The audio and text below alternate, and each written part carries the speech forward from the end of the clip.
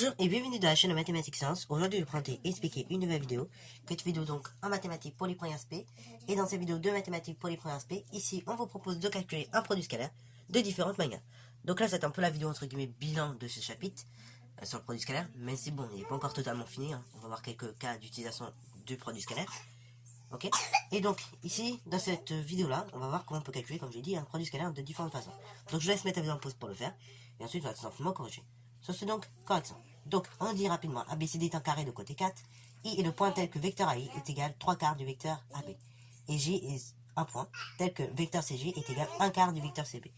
Premièrement, réaliser une figure soignée, et ensuite donc calculer, deuxièmement, le produit scalaire DI DG de trois façons différentes, en calculant les longueurs DI, DJ et IJ, en décomposant DI et DJ, et en se plaçant dans le repère à 1 quart de AB, 1 quart de AD. Ok.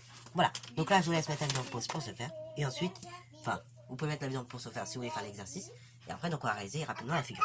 Donc sur ce, correction. Donc la première question qui est, on va dire, assez classique, réaliser la figure. Bon, voilà, donc on réalise un carré de côté 4, juste ici. Donc un carré qu'on va nommer plus tard ABCD. Voilà. Une fois que j'ai tracé rapidement ce carré de côté, qui est nommé ABCD. Ok. Je vais donc placer mes points. Donc A, B, C, D. Donc là, pareil, compétence très importante, être capable de placer des points avec une égalité vectorielle. Ça, c'est des choses qu'on a faites en classe de seconde et qu'il faut être capable de faire. Donc vecteur AI, on nous a dit, c'est 3 quarts du vecteur AB. C'est-à-dire que quand je prends le vecteur AI, je dois être aux 3 quarts par rapport au vecteur AB. Donc la longueur AI est aux 3 quarts de la longueur AB. Donc, du coup, la longueur AB, ça fait 4. Donc les 3 quarts, c'est tout simplement 3. Ok. Donc on est là pour le point I. Pour le point, donc ici c'était le point J. Donc le point J, pareil, vecteur CJ. Ok. C'est tout simplement donc la chose suivante. Donc on dit c'est 1 quart de CB. Donc là, du coup, quand je parcours la distance CI, CJ, je parcours en fait 1 quart de CB. Donc CB faisant 4, parcourir 1 quart, ça équivaut à parcourir juste 1 cm. Donc là, on a le point J. Voilà, donc là, c'est la figure telle qu'elle nous était demandée. Voilà. Donc du coup, deuxième des choses, ici, il s'agit de calculer le produit scalaire DI, scalaire DJ. Ok, de trois façons différentes. Donc, avec dans un premier temps, le calcul des longueurs DI, DJ et J. Et ensuite, donc, on fera avec les décompositions et en se plaçant dans le repère. Donc là, le plus long, ça va être la première méthode. Vous allez voir pourquoi. Donc ici, comme on est dans un carré, donc on va calculer d'abord la longueur DI, ce qui est plus simple. Après, on va calculer la longueur IJ, voilà, qui sera également assez simple, et la longueur DJ. Ok. Donc, je vais coder pour dire même qu'on est dans un carré. Ça peut aider des fois même. Donc du coup, ici, pour calculer la longueur DI, on va se placer dans le triangle AID, qui est rectangle en A. Ok. Donc AID est rectangle en A. Donc, d'après le théorème de Pythagore, et oui, parce que certains auraient déjà oublié, mais le théorème de Pythagore est très utile pour effectuer les calculs. Donc, d'après le théorème de Pythagore, on a la chose suivante. Donc, je rappelle, quand on a un triangle ABC qui est rectangle en A, d'après le théorème de Pythagore, la longueur la plus longue, donc l'hypoténuse au carré, donc ici BC carré, est égale à la somme des carrés des deux autres côtés. Donc AC carré plus tout simplement, AB carré. Ok. Bravo. Ainsi donc, AID est rectangle en A, donc d'après le théorème de Pythagore, ID carré est égal donc à I carré plus tout simplement DA carré. Ok, bravo. Une fois que j'ai posé l'égalité, je remplace. Donc ID carré, c'est ce que je recherche. AI, du coup, il vaut 3. Donc c'est 3 au carré. Plus DA carré, c'est 4 au carré. ID carré égale 3 au carré 9, plus 4 au carré 16. ID carré égale 25. Étant donné que ID est une longueur, du coup ID égale racine de 25, c'est-à-dire 5 directement. On fait exactement le même raisonnement, cette fois-ci pour calculer la longueur IJ. Donc pour calculer la longueur IJ, le plus pratique c'est de placer dans le triangle IBJ, rectangle en B. On applique à nouveau le théorème de Pythagore et du coup on trouve la longueur IJ correspondante. Donc c'est parti mon kiki. Donc IBJ est rectangle en B. Donc, d'après le théorème de Pythagore, on a la chose suivante. Donc on a l'égalité suivante qui est vérifiée. On a donc le plus long côté au carré. Donc ici, le plus long côté, c'est celui que je recherche, c'est IJ. Donc on a IJ carré égale donc BJ carré plus BI carré. C'est-à-dire IJ carré égale à la chose suivante. Donc BJ, ça correspond à 3 quarts de BC. Donc c'est-à-dire 3 au carré. Plus BI, de BI, du coup c'est 1 au carré. Ok. IJ carré est égal donc 3 carrés plus 1 au carré. c'est-à-dire donc 9 plus 1. IJ carré égale 10, donc IJ égale racine de 10.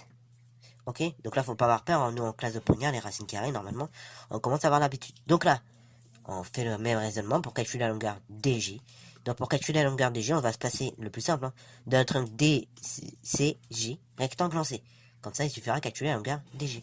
Donc, c'est parti. Donc, DCJ et rectangle en C. Donc, d'après le théorème de Pythagore, ok, il se passe la chose suivante. Donc, on a le plus long côté au carré. Donc, on a DG carré qui est égal à CJ carré plus tout simplement CD carré. C'est-à-dire DJ carré, donc la longueur que l'on recherche, qui est égal à CJ carré. Donc CJ, on peut le revoir sur la figure, il fait 1. Donc on élève au carré. Plus DC ou bien CD qui fait tout simplement 4.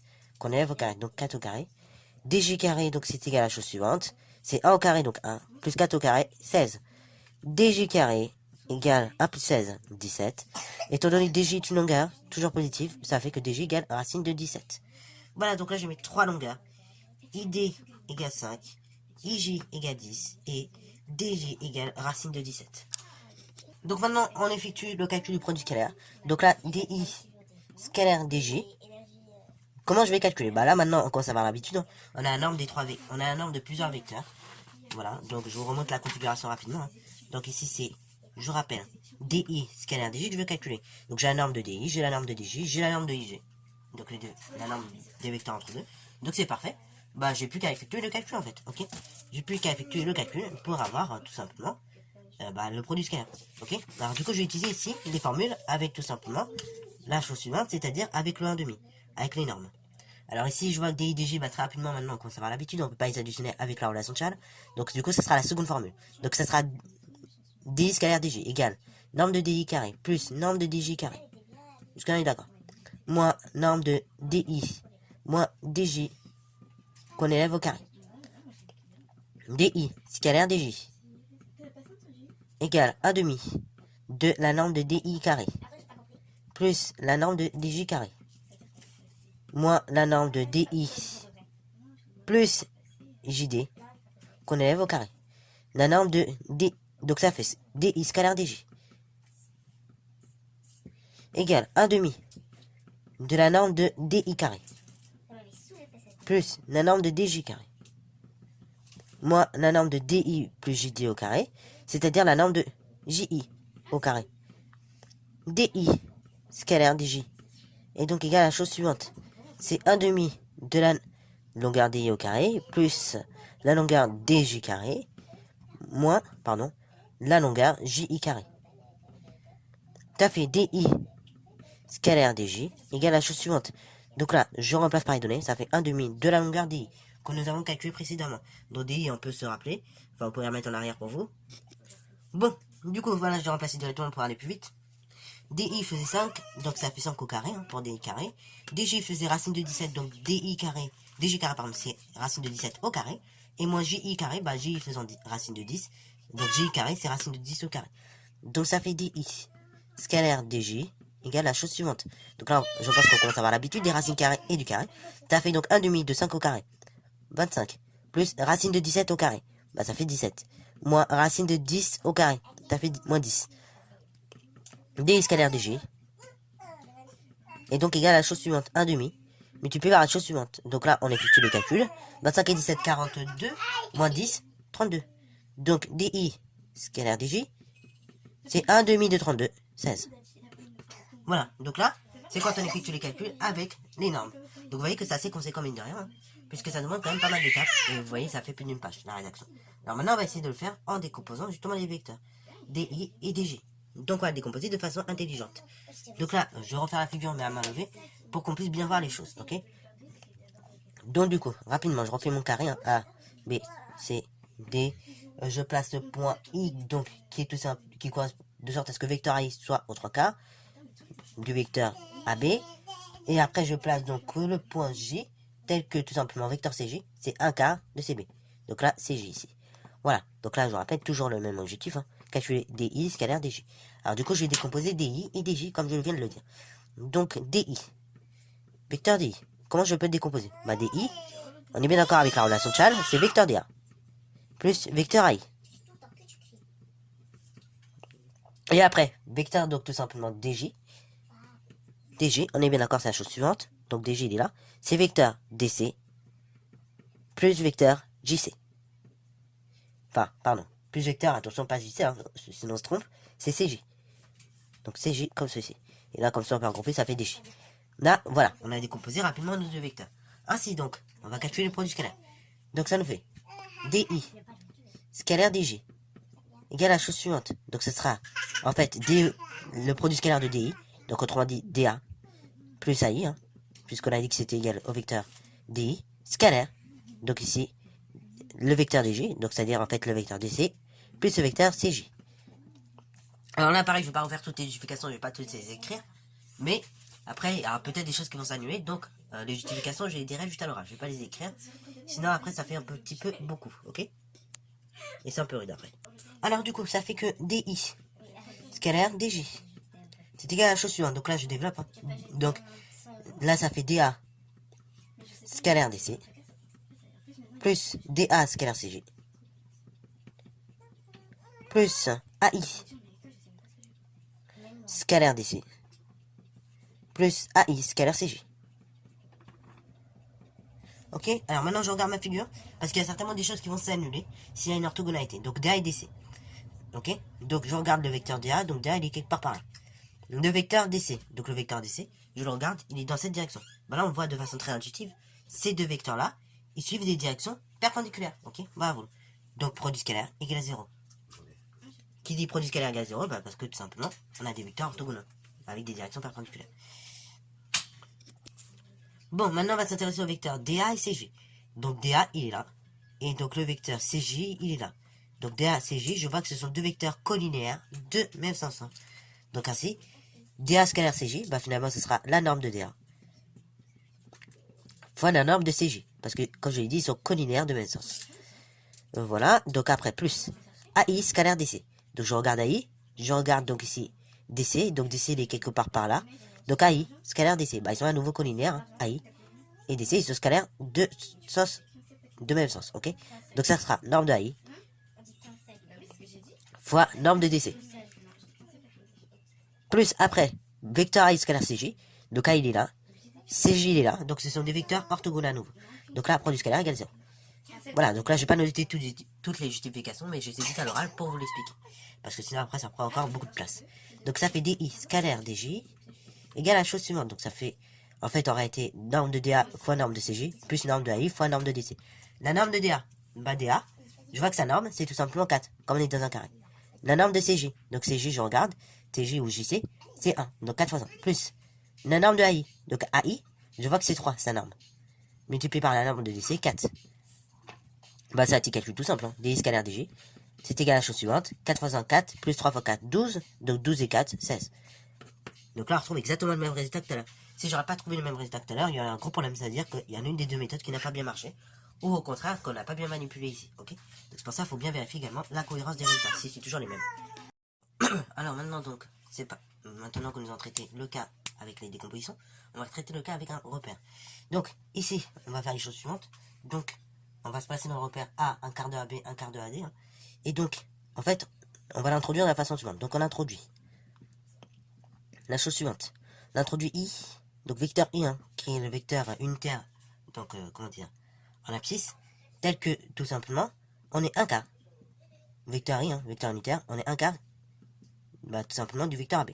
Comme ça, bah, le vecteur I, sa norme, ce sera tout simplement 1. Ok, bah voilà. Et on va introduire une deuxième des choses, vecteur J, donc en ordonnée, tel que on est un quart du vecteur AD. Ok, comme ça la norme pareil sera égale à tout simplement un quart de 4, c'est-à-dire 1. Et ça, on va l'introduire de sorte à ce que le repère A, point virgule, I, J, soit orthonormé. Donc orthonormé, ça veut dire que tout simplement, eh ben, on a la même unité. On a la même unité, donc les mêmes graduations en abscisse en ordonnée, et surtout c'est perpendiculaire. Alors maintenant, ainsi, on va voir différentes choses. Ensuite, on a donc différents points. Donc là, ici, je rappelle l'objectif c'est quoi? C'est de calculer le produit scalaire. Hein. Donc DI, donc il est où DI, scalaire DJ, de différentes façons.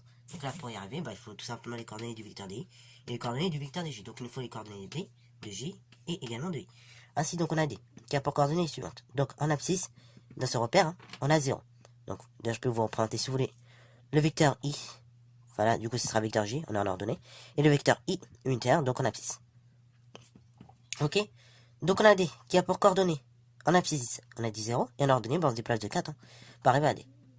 Après, donc on cherche les coordonnées de I. I, on voit que c'est 3 quarts de AB. Donc ça correspond à un point de coordonnées 3. Et en ordonnée, donc 0. Et enfin, pour le point J, le point J, je vois qu'il a pour abscisse 4. Et en ordonnée, donc tout simplement, on a tout simplement 3. Donc ça fait tout simplement la chose suivante. Donc 4, 3. Voilà. Donc, maintenant j'en déduis mon produit scalaire. Enfin, j'en déduis d'abord mes vecteurs. Donc, d'autre part, on va déterminer les coordonnées du vecteur, des deux vecteurs. Donc ici, les vecteurs DJ et DI. Donc DI, il aura pour coordonnées XI moins XD. Et en ordonnée, donc YI moins YD. Équivaut à DI, qui a pour coordonnées les choses suivantes. Donc XI, l'abscisse de I, donc c'est 3, moins l'abscisse de D, donc l'abscisse de D, on a dit c'était 0. Et l'ordonnée de I, donc on a dit 0. Et l'ordonnée de D, donc l'ordonnée de D, on a dit 4. Donc DI a pour coordonnées, donc DI, je vais arriver, a pour coordonnées 3, moins 4. Après, on détermine les coordonnées du vecteur DJ. Donc pareil, le vecteur DJ a pour coordonnées XJ moins XD, YJ moins YD, équivaut à DJ est égal à, qui a pour coordonnées les suivantes. Donc, c'est XJ, donc on a dit 4, moins tout simplement XD, 0. Et après, en ordonnée, donc c'est moins, ça fait 3, moins 4, c'est-à-dire DJ qui a pour coordonnées la chose suivante, 4 et 3 moins 4, donc en ordonnée, ça fait moins 1. Voilà, donc là j'ai les coordonnées de mes deux vecteurs, et je calcule tranquillement le produit scalaire DI scalaire DJ. Donc DI scalaire DJ, je rappelle tranquillement ma formule, hein. C'est XX' multiplié par YY'. DI scalaire DJ, c'est donc l'abscisse du vecteur DI, donc 3, multiplié par l'ordonnée du vecteur DI, 4, plus moins 4, multiplié par moins 1, plus le produit des ordonnées ensemble. Ça fait DI scalaire DJ est égal à la chose suivante, 12. Moins par moins plus, et comme on a un plus devant, ça fera plus, 4 fois 1, 4. Et après, ça fait DI scalaire DG, à nouveau 16. Et donc là, vous voyez, ça confirme encore une fois que il n'y a pas de problème, puisqu'on a 3 à chaque fois pour le même produit scalaire, le même résultat, juste on l'a fait de 3 façons différentes. Donc voilà, sur ce, c'est la fin de cette vidéo, j'espère qu'elle t'a plu. Comme d'habitude, n'hésitez pas à liker, commenter et reste à toi en mathématiques et en sciences.